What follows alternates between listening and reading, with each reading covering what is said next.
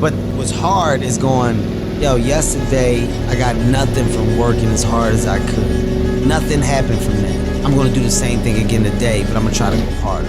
That's the hardest thing in the world. To get up every day and give 100% and be in the same position that you were each day, but mentally know that you're trying and trying and trying. That's a real grind.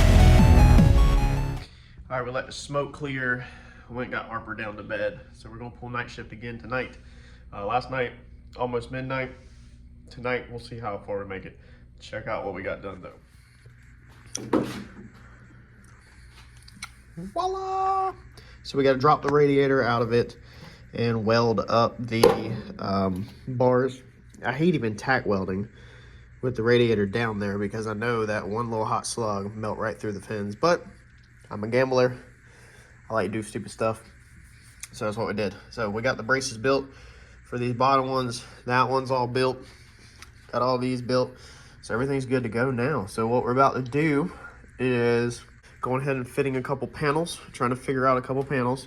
So I'm kind of thinking right now that we're gonna come down like this with a panel and then a panel across the front right there. We'll probably just drill little 1/8 inch holes into these bars and just rivet it straight to these bars. It's probably gonna be our best bet instead of welding in more flanges. And then, you know, of course, one will go down there. So that would be a flat piece. That front would be a flat piece. This front right here should be a bent piece or double flat pieces or triple or something. But we want to keep this open in here so that, because our transcooler sits right here, so we kind of want a little bit open. We don't want everything closed off, and we're probably gonna leave this open right here so that some airflow can kind of get in here and then down through there. So we're gonna still be pulling air. I think we're gonna set all the fans up where they go down towards the ground. So that's not gonna push heat into the bottom of the fuel cell. What that's gonna do is suck heat away from the fuel cell and suck smoke out of the car. So when you do a burnout and your smoke leaks in here or whatever, these things should just be sucking it out immediately. I mean, there should be a lot of air moving back here and sucking it out. But we still want a little bit of floor structure just to kind of help block some stuff up, obviously.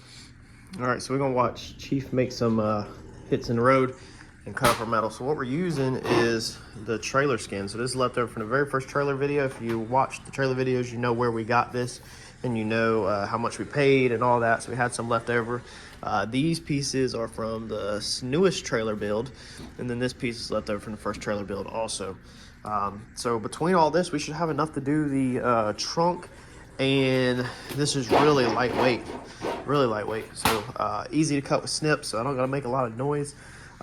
Rivet it down, and I think I'm gonna keep the white sides down under the car so that everything under the car is white, and it will reflect off the LEDs under the car to make it nice and bright, to make adjustments or do anything you gotta do underneath there at night.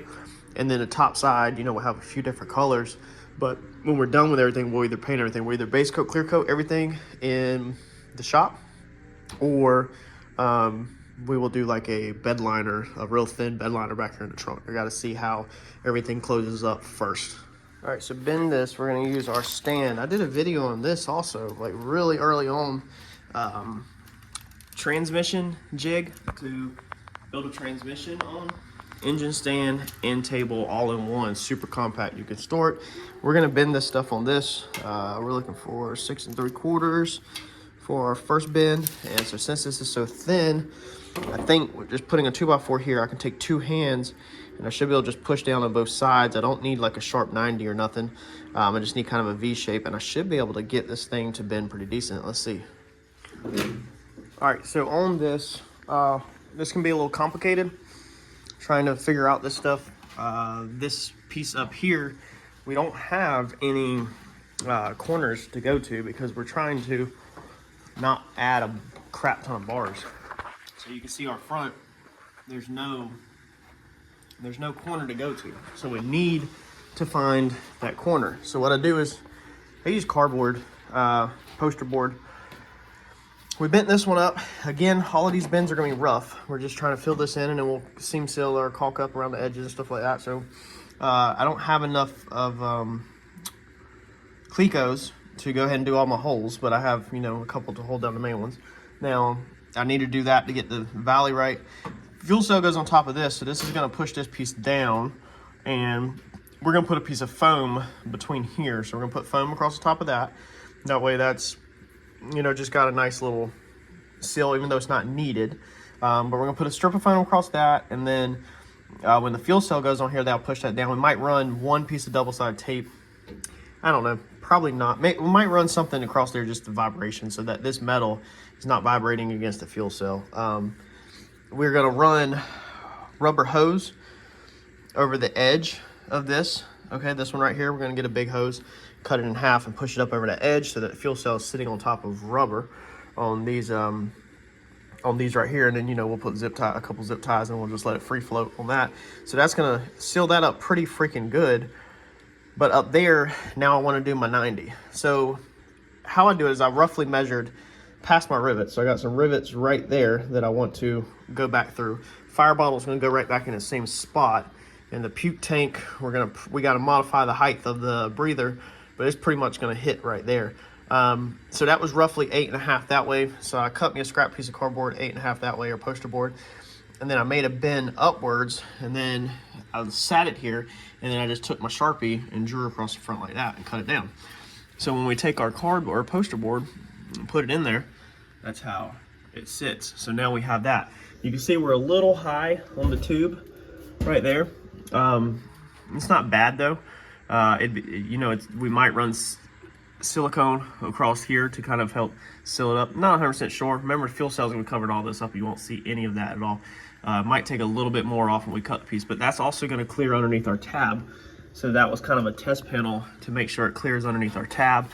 And then the same over here, you know, we got plenty to clear over the tab. So use poster board. It's way easier to cut this stuff up, lay it down, bend it, than it is to do your metal first, and just take it one piece at a time. Like me, honestly, I have no clue how these sides are going to turn out yet, but we'll take it one piece at a time and we'll figure it out. And, you know, we might not end up closing the whole thing in, or we might end up doing some funky stuff. I mean, we still got to be able to get to our bolts right here. So we got to have some kind of access holes, either drilled or something, so we can get through the bolts from up top. It would have been easier if I would have put the bolts in the side, but I already had the two up there, so I was trying not to change it. But we're gonna now get our first piece of metal cut, our second piece.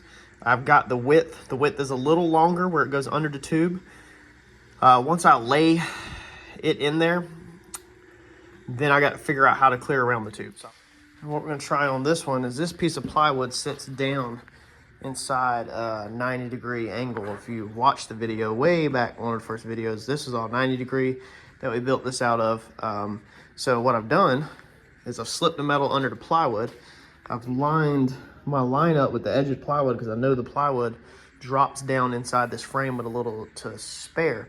So in theory, when you clamp these down and push this down, it should put a bend right there on that edge. Now, of course, the bottom can kind of flop down because it's not exactly, I put it all the way over here, but there's no bottom to this. There is the cross member right there, but it can kind of fall down. So it's not, these are not gonna be perfect bends. I don't have a press, y'all, or like a brake. Y'all can only imagine the stuff that I could do if I had proper tools, but I can't afford that stuff. I'm just like y'all, you know, with metal in my finger, like y'all, and just doing it in my home garage. So I'm gonna put the camera down, see if I can push on this, even maybe try to sit on it, and squeeze the clamps and see if I can get a decent bend or edge in that. So as you can see, we have it in there. I was able to push pressure and squeeze these clamps down as I did it and get it down in there. And if we come underneath, it's honestly not bowed out. Like, it's not. That's pretty tight to the plywood. So I'm very, very shocked at that, because I didn't think about that a second ago. Let's see what we got. Oh yeah.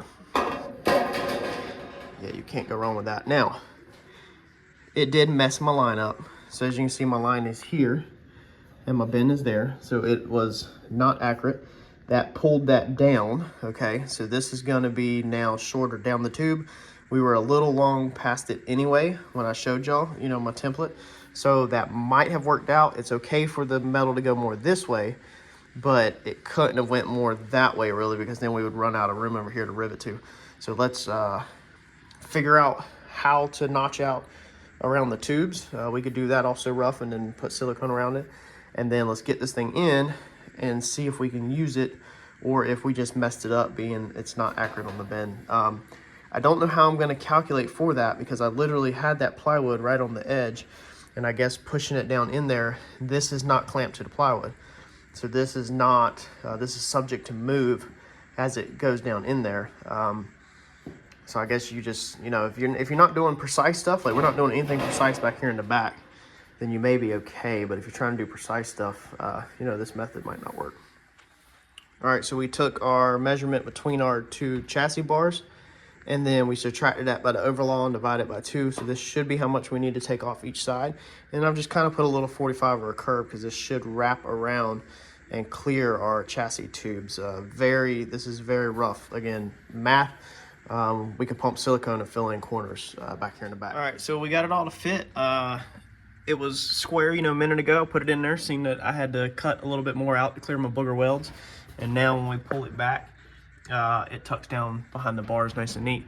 Now our miss bend, okay, isn't gonna affect us, because we can actually pick it up just a little bit if we need to be, but it's pretty close. Like, it only needs to come up. It really don't even need to come up at all. Like, it's literally, touching the tabs pretty much. So not bad at all. It's the 90 is bent a little too much, but I can literally just pull it like that, you know, to put rivets in it, and it's going to go underneath that front panel, so that will hold that down perfectly fine, and then we'll put the rivets back through the top. So that piece is pretty much done. That's going to be easy enough to attach. We need to move on to the other ones now. Like I said, remember, we're going to keep this front side open for airflow. We're going to keep all this open because there's going to be a fuel cell sitting over top of it, so you won't see anything. Now all we got to do is figure out kind of what we're going to do on here. If anybody's asking about the weight, if you remember, we wanted to change all this up so we could put weight back here. Well, what we're doing with the weight is the factory rails are right here. So where those bars at, there's a factory rail that runs forward. So we'll be able to put another bolt. We'll be able to take this bolt out, move this bolt about center right here through the factory frame rail. And then the same deal over here. The factory frame rail is also about right there.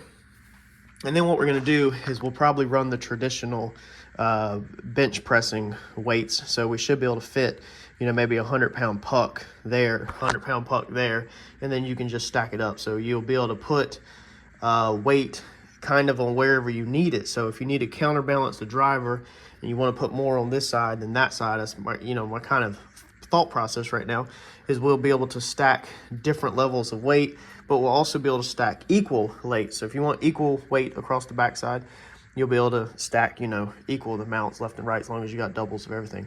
So that's my kind of thought with the weight. And, you know, if you did, let's see here, 4 on each side, that'd be 800 pounds back here. John runs up to 1,000 pounds, 900-ish for back of the track, some of his stuff.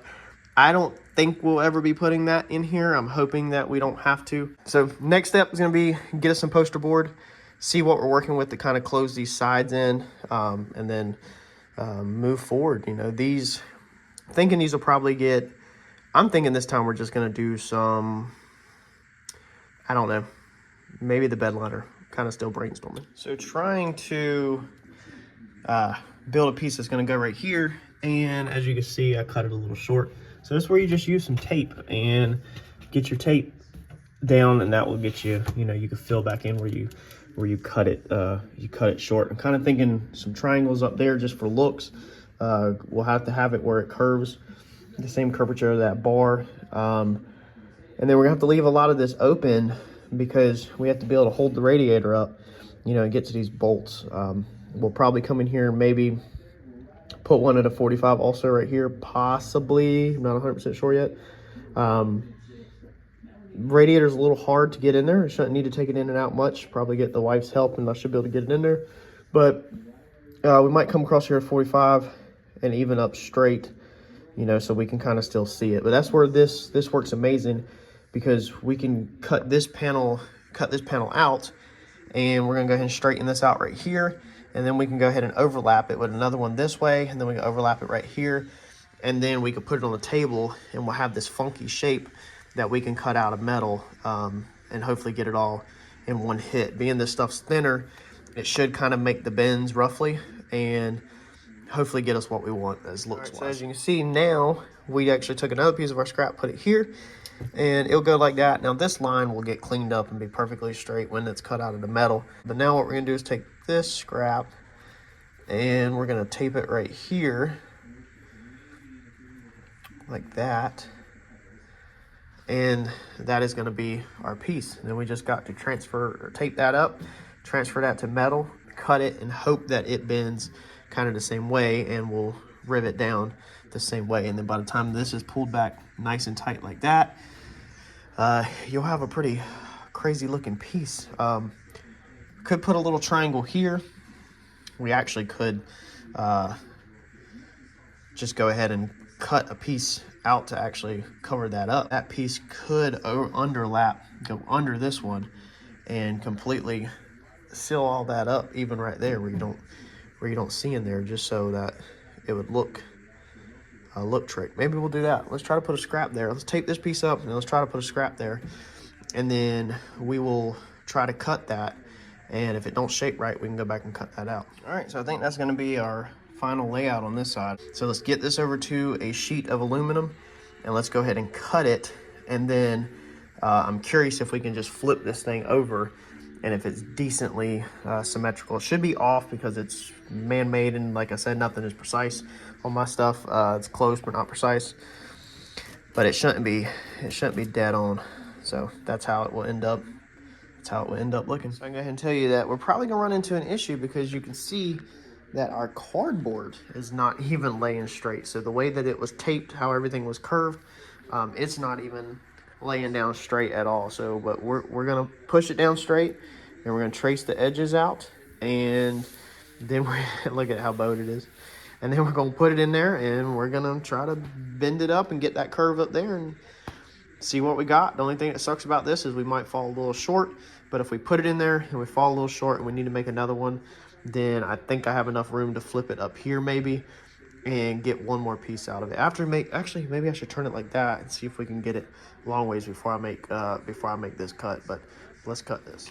All right, so here is our piece, and we shall see how this fits. I remember how it went. I think it went like that. I keep having to turn my light off so it will charge up. Is that how it went?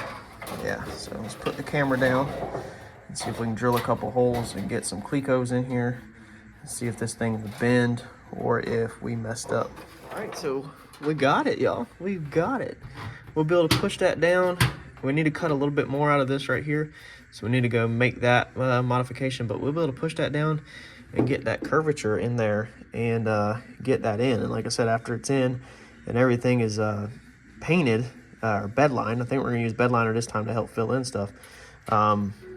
This thing should be freaking solid, because I think this is, I don't really plan to change the back of this thing again, knock on wood. I know I like to change stuff, but this is kind of what I've always wanted, is the rear radiator mount. I just didn't get it the first time. All right, so it's probably gonna be all the pieces. I guess we'll go ahead and put a cleco there also. I don't want too many clecos here because sometimes you have trouble even lining the holes back up. So even when I just put this blue piece over this white piece, it was a little difficult to find where that hole was under the white piece, because the white piece was between my hole.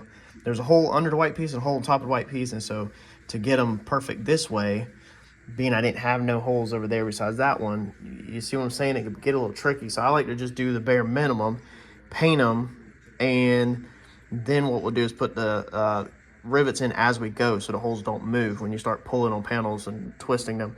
Now if we're gonna go with the bed liner situation, then we'll go ahead and rivet everything in and just bed line. We'll tape up, mask everything back here, and then we'll just shoot our bed liner over top of it all. But not 100% sure what route I'm gonna take yet.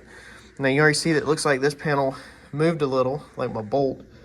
It was a little tighter than I want to be. It's still doable, but that shifted a little. And this line right here doesn't exactly look square. I think I measured off of that over there, but I don't know if that's 100% square either. That's one side done.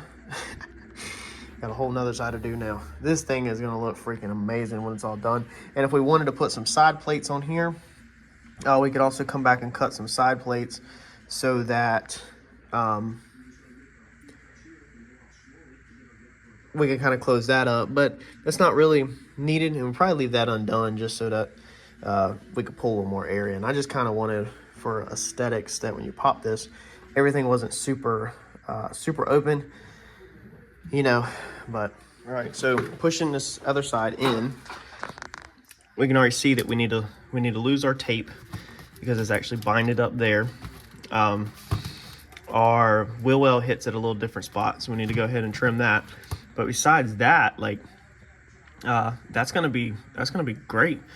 We need to cut a little off the length, but what we can do is we can just trace this over, get our metal in here, go ahead and put a couple of Clecos in it, and then actually draw on our metal, and then go back and trim our metal to fit, versus trimming our cardboard at this time. It looks like this one down here is gonna fall close enough where there's really no reason to